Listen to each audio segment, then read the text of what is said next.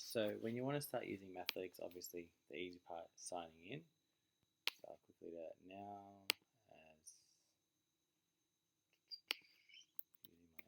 using my email address.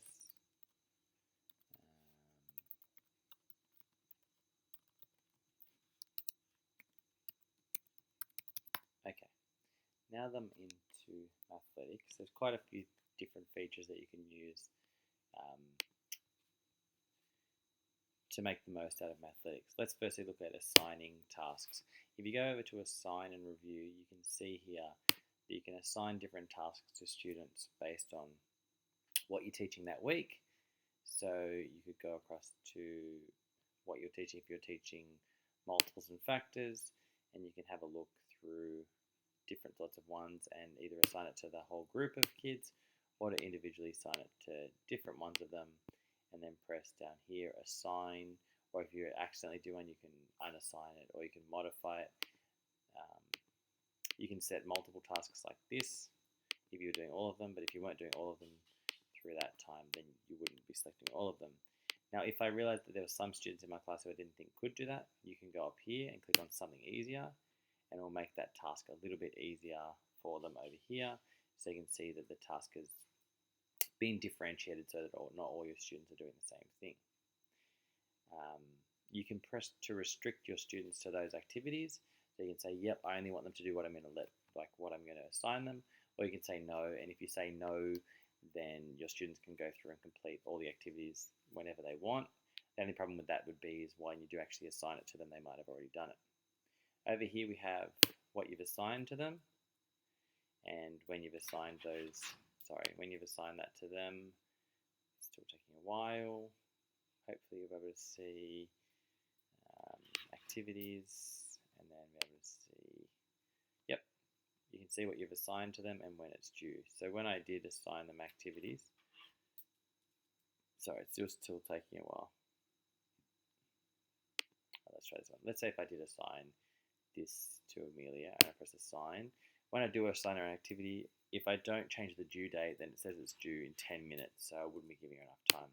So I'd change the due date to whenever, maybe the end of the week or the start of the week, to make it easier, like that. Close, and then I'd press assign if I wanted to. But I'm not going to assign that to her because I've already given her enough activities. Cancel. This usually should come up. It's not coming for the moment, but it should come up with when it's due, so you know all those dates. Show dates. There we go. So you can see that when all these activities are due, and if they're handing them in late or anything like that. Okay, so that's all you can do for the assigning stuff, which I think is pretty easy and pretty basic. After that, we can go to results and see how the students have been doing, and check on their results here.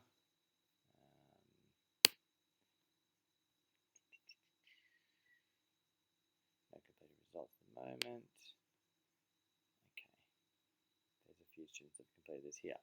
The next thing I would show you, just with assign, there's also problem solving, reasoning activities, and understanding practice and fluency, which would be two different other activities you could do. And in courses and tests, this is quite interesting. With courses and tests, I've been setting my students tests, and when I click on here, I can go through and see curriculum stuff, but I've been setting my kids NAPLAN tests. So if I go to year 3, I can set them a year 3 easy NAPLAN test. There's two different ones of those, 2 hard ones, and a couple of medium ones as well. So if I was going to assign the year 3 medium level one, I'd press schedule. Oh, that was year 3. Sorry, that was the wrong one. Okay, let's say if I was doing the year 3 one. I would then select, unselect all those kids because I don't want to select my year 6s, and I would only select the kids who I think could do the medium one, and I would leave the ones out who I think need the easier test. And once again, I'll just assign it the same way. So you're not going to send it to the whole kids because not all of them might not be able to do it.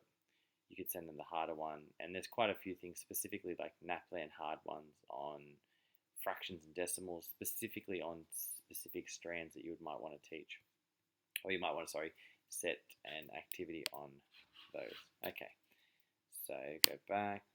So that's the test side of things. I find that quite useful, especially being in this time of year with Mathland coming up for Year 3s and Year 5 students. So that's under courses and tests.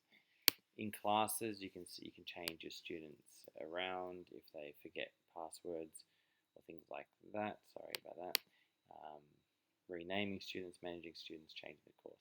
So far mainly we've gone through assigning tasks and assigning tests, and you can also print out reports and things like that, which we don't really need to go in now. The other really good thing is the resource hub. We can go through the different stuff, especially the Mathletics library. When you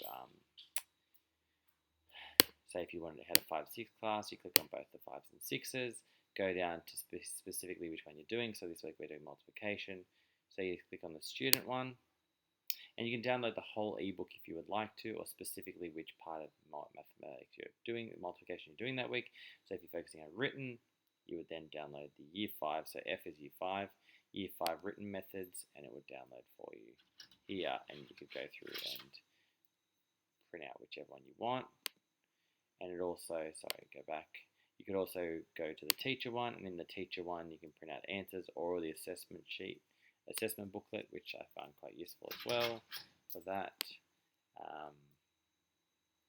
The other good thing about this is they have some really good problem-solving booklets here that would be quite helpful for you, and they tell you here what they're focusing on, so reasoning or geometry or things like that, number.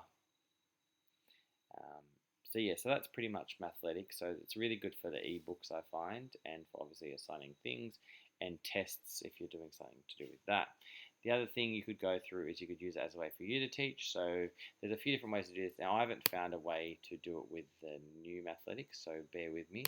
But if I do go to Student View and selected my class, yep, here there is a way to get through Rainforest Maths, which I always find is a useful way of introducing a topic or doing a quick class activity. I haven't found a way to see Rainforest Maths through here, but there is one way I know how to get to it if it's not through here. If I go to the old Mathletics one, this is just how I know it. Why is it saying this? Okay, it worked on my other one. I don't know why it's not working now. I'm actually in Chrome, so I'm surprised it's not working.